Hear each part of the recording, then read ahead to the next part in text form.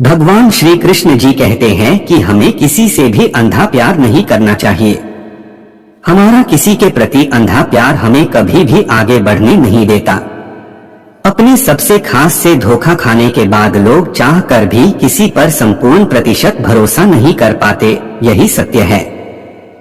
मनुष्य का जीवन केवल उसके कर्मों पर चलता है, जैसा कर्म होता है वैसा उसका जीवन होता है। अधिक प्रेम भी व्यक्ति को बुद्धिहीन कर देता है। अनुमान मन की कल्पना है और अनुभव जिंदगी का सबक है। सच्ची खुशी तभी होती है जब आपकी सोच, कथन और कर्म में समानता हो।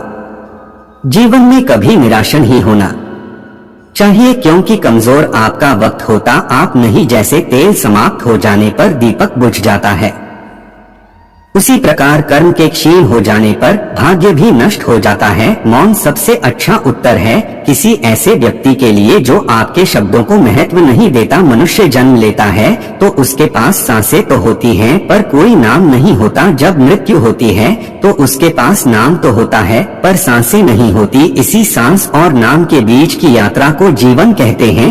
न किसी के अभाव में जियो, न किसी के प्रभाव में जियो, यह जिंदगी है आपकी अपने स्वभाव में जियो। किसी के प्रति मन में क्रोध लिए रहने की अपेक्षा उसे तुरंत प्रकट कर देना अधिक अच्छा है। जैसे क्षण भर में जल जाना देर तक सुलगने से अधिक अच्छा है। इंसान चाहे जितना भी खुद को व्यस्त रख ले, जिससे वो प्रेम करता है उसकी यादों से नहीं बच सकता। समय कभी नहीं रुकता। आज यदि बुरा चल रहा है तो कल अवश्य अच्छा आएगा। आप केवल निस्वार्थ भाव से कर्म कीजिए और वही आपके हाथ में है।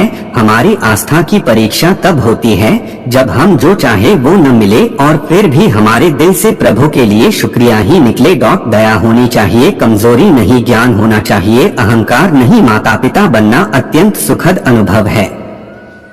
उत्साह से जीवन जीना और स्वयं पर महारत हासिल करना खुशी देता है।